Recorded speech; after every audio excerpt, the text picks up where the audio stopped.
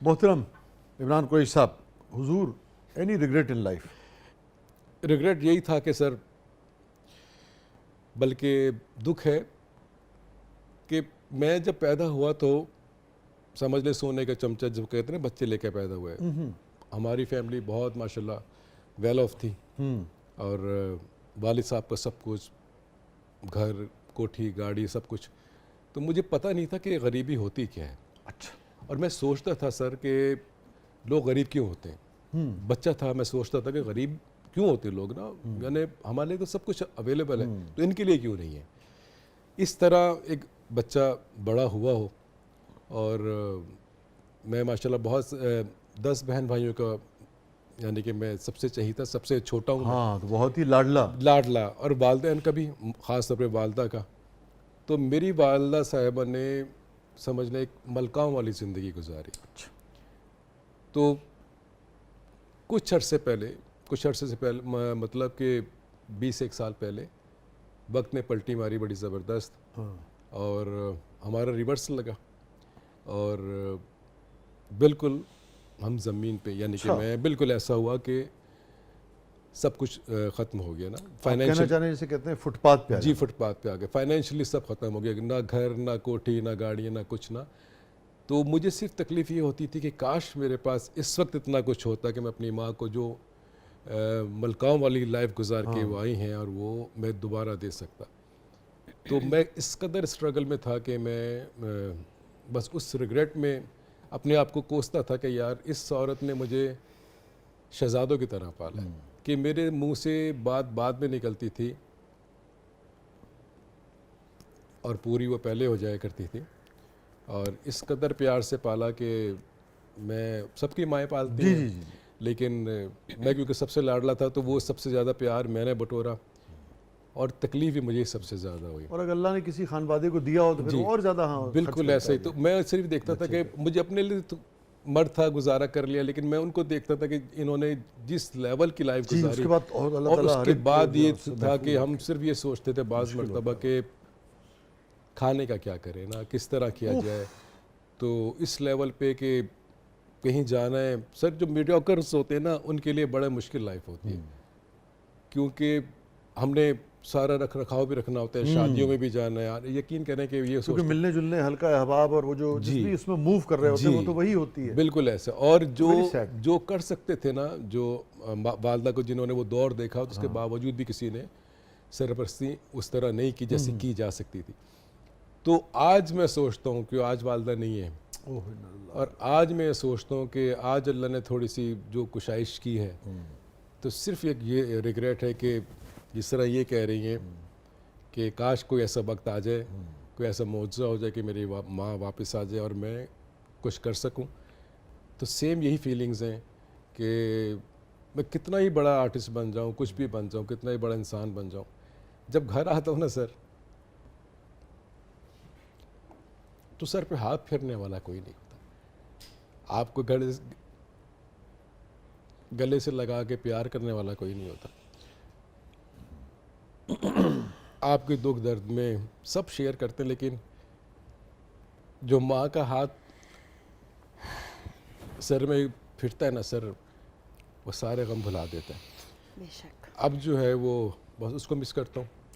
सबसे बड़े मेरे ज़िंदगी में जो मेरा अफसोस है वो ये है कि काश मेरे पास इस वक्त जो कुछ है उस वक्त होता, तो मैं अपनी माँ को जो है अपने बाप की तरह शहजादी बना के या मलका बना के रखता। काश ऐसा हो सकता, लेकिन वो नहीं हो सकता है। और उसी मुश्किल जो माली हालात है उसी में वो इस दुनिया से चली गई। जी सर, ये इतना बड़ा। अच्छा, मैं उनकी बादशाहत की एक बात बताऊं सर, प्लीज़। आप सर है मेरे पर, थैंक यू, बहुत शुक्रिया, बड़ी नवाज़ है, बड़ी नवाज़। बड़ी इमरान मुख्तलिफ कहानी है आपकी, है बहुत ही मुख्तलिफ आपने बात शेयर की ना, क्योंकि अपने बुज़ुर्गों को याद करना एक अलग चीज़ है, मगर ये जो है ना किसी भी फैमिली का, और ये कुरान में आयात है, उनका मफ़हूम है, और हम लोगों के दरमियान दिनों को फेरते रहते हैं। हर एक को अल्लाह से डरना चाहिए, पनाह मांगनी चाहिए। कोई नहीं जानता किस वक्त किसकी ज़िंदगी में एकदम से चढ़ाव से उतार आ जाए ना। बिल्कुल ऐसे ही एक बड़ी मुख्तलिफ कहानी आपने शेयर की है। सर। उनकी मोहब्बत की एक छोटा सा ये बात बताऊं मैं कि कमर में अगर कभी मेरे खारिश होती थी, और बाज़ दफ़ा ऐसी जगह होती है कि आप हाथ नहीं जी पहुंच जी, तो पाते, हाँ आप अपने किसी तो प्यारे से बीमारी कहते की हालत में, यानी कि जब उनके खुद अपने हाथ इतने कमज़ोर हो चुके थे, हाँ। जब मैं खुजाने की कोशिश करता था ना सर, तो कहती थी क्या मसला है तुम्हारा, तुम मुझसे नहीं कह सकते, मैं खुजा देती। तो जो औरत आपको आपकी खुजली होने को बर्दाश्त नहीं कर सकती, तो वो आपकी गरीबी कैसे बर्दाश्त कर सकती? उसको पता है कि मेरा कितना नाजों का पला ये ओह, बच्चा है, और इंतकाल से सिर्फ 2 दिन पहले की बात कि बहुत लोग मिलने के लिए आते थे ना, बाद सबको पता था कि तबीयत बहुत ख़राब है, सब लोग मिलने के लिए आया करते थे। तो मुझे देखती हैं, और उसी बिस्तर पे मेरे ही बेड पे उनका इंतकाल हुआ, तो मुझे इशारे से कहती इधर आओ। मैं गया तो कह रही है बहुत लोग मिलने आ रहे हैं ना। मैं क्या अम्मा, आपकी मोहब्बत है, सब इसलिए आते हैं, लेकिन तुम्हारा खर्चा भी तो बहुत हो रहा है ना। मैंने कहा नहीं कोई बात नहीं, इतना नहीं हो रहा, अब हम करके आ रहे हैं कुछ भी नहीं। अब यकीन करेंगे, पता नहीं कहाँ से पैसे थे उनके पास, उन्होंने क्या मेरे पास गले लगाया, और मेरी जेब में ना कुछ, मैंने कि इसमें कुछ ये क्या निकाल रही है, मुझे पता है क्या कर रही है। कह रही नहीं, मैं देख रही हूँ कितने पैसे हैं तुम्हारे पास ना, और उन्होंने जितने उनके पास थे पैसे वो मेरी जेब में डाले, और कि कोई बात नहीं खर्च कर लेना। तो इस तरह का मैं नाज़ो अंदाज में पला हुआ, और एकदम से आपको सुबह उठें तो आपको पता चला आपकी माँ नहीं है। बड़ी सैड। एक ही शेल्टर होता है, जो वो भी ना हो तो फिर ये फरमाइए, जितना आप शेयर करना मुनासिब समझें, कि ऐसा क्या हुआ कि अचानक आपका फरमाना है कि बहुत अच्छे हालात थे, और यानी कि अगर मैं ये समझने के लिए आपसे पूछूं कि जैसे हमारे यहाँ जो मयार है उसमें मिडिल क्लास या अपर मिडिल क्लास, क्या ज़िंदगी आप गुजारते थे उससे पहले? नहीं, हम upper middle class upper middle class. और फिर आपका ये कहना है कि यानी कि आपने कहा कि बिल्कुल जिसे कहते हैं खाने के लाले पड़ गए ना, एकदम से क्या हुआ? सर एकदम से नहीं हुआ ये, हमारा क्योंकि एक फैमिली बिजनेस था। अच्छा।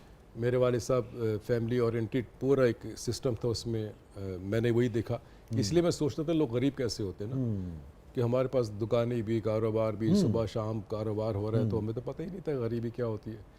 वालिद साहब का इंतकाल मेरी बहुत छोटी उम्र में हो गया, मैंने बस so young at that time ना, तो एक वो बहुत बड़ा सान्या हुआ। उसके बाद भाइयों ने बहुत प्यार से पाला। फिर ऐसा हुआ कि बहुत हम अपना आबाई घर छोड़ के डिफेंस शिफ्ट हो गए लाहौर में, तो वहाँ पर फिर जब मेरी शादी सबसे बाद में सबसे छोटा था, उससे पहले हमारे 2 भाई अलग हो गए, यहाँ से सिलसिला शुरू हुआ, तो वो 2 अलग हो गए, फिर हम 2 एक साथ रह गए। तो कुछ चीज़ें ऐसी होती हैं जो किसी की किस्मत से साथ जुड़ी होती है, शायद हमें खुद भी नहीं अंदाज़ा होता। तो मैं अपने बहुत प्यारे भाई के साथ में रहना शुरू कर दिया, वालदा मैं और वो मेरे भाई, तो हम अलग हो गए। तो जो उस भाई की मेरी वाइफ थी, वो इस कदर मुझे बच्चों की तरह प्यार करती हैं जैसे माएँ करती हैं ना। तो सर उनकी सडन डेथ हुई बहुत यंग एज में ना, तो सडन डेथ हुई और मेरे हाथों में उनकी डेथ हो गई। तो उस औरत का जाना था, फिर हमें नहीं पता लगा कि हमारे साथ हुआ क्या। अच्छा, मगर उनकी जो बड़ी भाभी थी आपकी, उनकी डेथ के बाद आपको लगता है ज़िंदगी जी आपकी बिल्कुल ऐसे ही हुआ, बदल गई? इसमें कोई शक नहीं है कि वो जो मेरी उस भाई की वाइफ थी ना, उसके इंतकाल के बाद सर कुछ भी नहीं बचा। बस ऐसे ही हुआ कि ये सब कुछ जैसे रेत निकलती हाथों से इस तरह निकलता चला गया, लेकिन इतना वर्स्ट होगा ये अंदाज़ा नहीं इतना। ये फरमाइए, अल्लाह ताला कहते हैं किसी दुश्मन को भी जी ये किसी भी मकाम से नीचे गिरा के ज़िंदगी जो है अल्लाह ताला सब कुछ से महफूज जी, रखे। आमीन सुमा। बाकी उसकी उसकी रज़ा मर्जी होती है, बिल्कुल जैसे मुझे साल में रखता है इंसान को जीना पड़ता है। और उसमें कोई ना कोई फलाह भी होती है। बेशक, अल्लाह बेशक। महफूज रखे। हमारी ना इतना शऊर है, ना जानों में इतनी सकत है कि हम उसे अपने तौर पे बर्दाश्त कर सकें ना। मगर अगर आपसे ये पूछूं मैं कि इतनी आपने कहा जो एक पॉश इलाका है वहाँ आप रहते थे, आपकी फैमिली, और फिर उसके बाद आपने कहा कि खाने तक के लाले पड़ गए थे। ये जो दूसरा दौर आया, इसमें कौन सा ऐसा मोमेंट है जिसमें आपने बहुत शिद्दत से अपने उस दौर को याद किया होता ना? कोई एक दिन होता है जिस दिन आदमी बहुत शिद्दत से अपने माजी के किसी भी दौर को याद करता है। मेरी वालदा साहिबा का इंतकाल हो चुका था और अपनी दुकान पे जो शहजादों की तरह बैठता हो, कारोबार पे बैठता हो और जिसके नीचे 10-20 लोग काम करते हों, हाँ, और आज भी वो दुकान मेरे पास है लेकिन वो मैंने रेंट आउट की हुई है। तो क्योंकि उसको चलाने के उस वक्त पैसे ख़त्म हो गए तो उसको रेंट आउट कर दी। हाँ।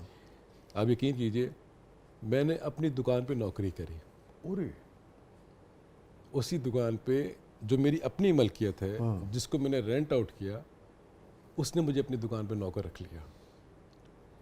और मैंने वो इतना तकलीफ दे बात थी कि अल्लाह ताला उसी मार्केट में सब लोगों ने हमें मालिक बने हुए देखा हुआ, और वहाँ पे मैं किसी और के मातहत काम कर रहा हूँ। और मुझे वो कहता है, सुबह इमरान भाई आप 12 बजे दुकान पे होंगे, अदरवाइज़ आप दुकान पे नहीं आएंगे।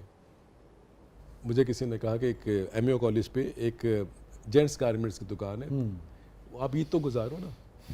तो मैं 20वें रोज़े को वहाँ चला गया सिर्फ 10 दिन लगाने के लिए कि चलो। उन्होंने मुझे 1000 रुपये रोज़ पे रख लिया।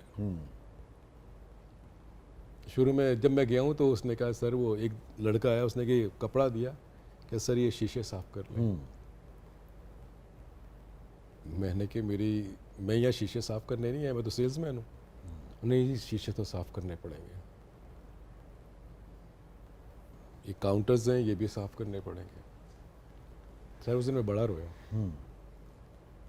कि मैंने किए तो सही। वहाँ एक वॉशरूम था, मैं वहाँ अंदर जाके मैं बड़ा रोया सर। पहले शीशे साफ़ किए, फिर मैंने उसने जब जो इफ्तारी की प्लेटें होती हैं, उसने कहा सर ये प्लेटें भी धोनी है आपने। मैंने सोचा कि वक्त है तो ये गुजारना तो पड़ेगा, गुजर जाएगा कोई बात नहीं, ये भी गुजर जाएगा। मैंने दुकान पे वो प्लेटें भी धोई। बच्चों को नहीं बताया कि मैं तो सुबह मेरी मोटरसाइकिल थी बड़ी नई, बच्चों ने लेके दी हुई थी, तो मैं उस पर जाता था। वो तो बड़े समझते थे बाप जा रहा है और बड़ा पैसे कमा के लाएगा, उनको नहीं पता वो वहाँ जाके करता क्या है ना। खैर जी, वो गुजर गया वक्त। उन्होंने कहा हम आपको ईदी भी देंगे, तो इस ईदी के चक्कर में उन्होंने 10 दिन 11 दिन मुझसे काम करवाया। और चांद रात को मैं दोपहर 12 बजे से सुबह 4:30-5 बजे तक मैं किया, और जब वक्त आया तो उन्होंने मुझे 1 रुपया ईदी नहीं दी। ओह, हाँ जी। और मुझे जो यानी कि जो वक्त था मेरा, यानी कि जो मेरी डेली बनती थी, उन्होंने सिर्फ मुझे वो दिया। और मैंने कि वो तो आपने वादा किया था, कमिट किया था। उन्होंने किस चीज़ की केड़ी ईदी पैन, कोई नहीं दी। बाद में उसे 1000 रुपये देने लगा। मैंने उससे कहा मैं कि तुसी रखो पैन, शायद तो बहुत ही ज़रूरत है। बाकी मैं उसको आई स्वेयर मैंने उसको वापस कर दिया। मैं उसको वापस किया, और जब मैं सुबह आ रहा था मेरे पैर अब लिटरली सूजे हुए थे। और मैं बाइक पे, यकीन करें मैं बार बार कह रहा हूँ कि बड़े दौर आते, मैं बाइक पे अपने घर तक रोता हुआ आया। वो रात ऐसी थी जिसमें मैं बहुत रोया, बड़ा याद किया मैंने अल्लाह को। मैं कि अल्लाह तेरी मेहरबानी, माफ़ कर दे बस।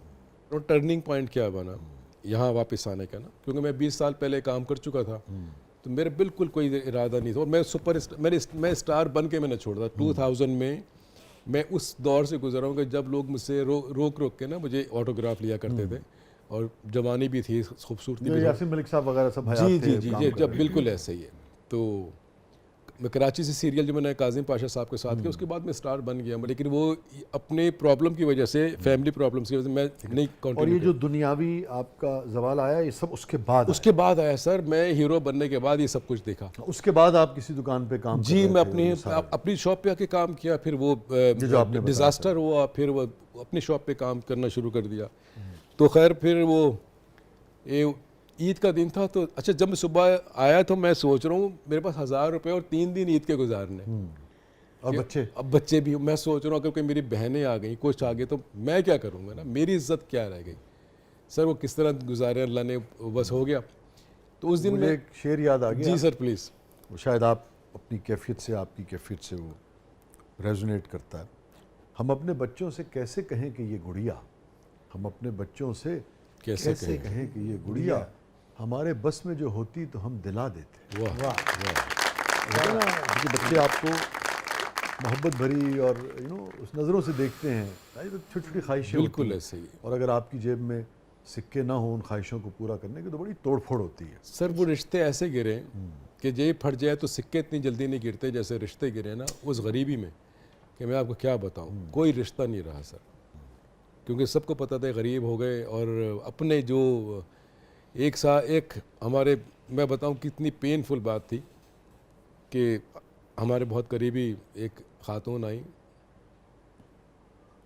पूछने लगी मेरी वालदा से, अब पूछे वालदा का क्या हाल होगा, और अब भाई आपने अगर किसी की हेल्प करनी है तो आपने ज़रूर बता के किसी को करनी है, अल्लाह तो पर्दे रखने वाला है। लेकिन वो तो फ़लसफ़ा इस्लामी की है कि एक हाथ को दो तो दूसरे को खबर जी हो, वो पता, इसीलिए है, जी ऐसे ही है, ताकि लोगों की जो हमीयत है, रिस्पेक्ट है, वो बरकरार है, डिग्निटी है। अगर किसी को अपनी खुददारी ज़कात भी बरकरार देनी है तो आप किसी को तोहफा जी, करके जी, दे दें, ऐसे बच्चों की ईदी करके दे दें, ऐसे अल्लाह ने तो इतनी पर्देदारी रखी है। नहीं। ऐसे ही, ऐसे ही। तो वो आएंगे, इमरान को ज़कात लगती है, ये मैंने अपने कानों से सुना, अम्मा मेरी रो पड़ी ना।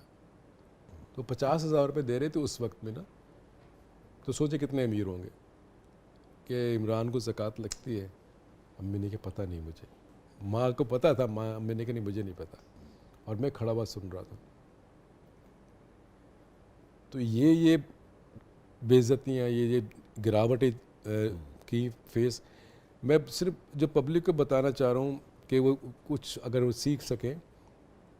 सर स्ट्रगल नहीं छोड़ी, मेहनत नहीं छोड़ी, मैं हिम्मत नहीं छोड़ी, हिम्मत नहीं छोड़ी मैंने। तो उस दिन जिस दिन मैं रात को रोता हुआ आया, अल्लाह ने जो टर्निंग पॉइंट बनाया सर उसी दिन बनाया।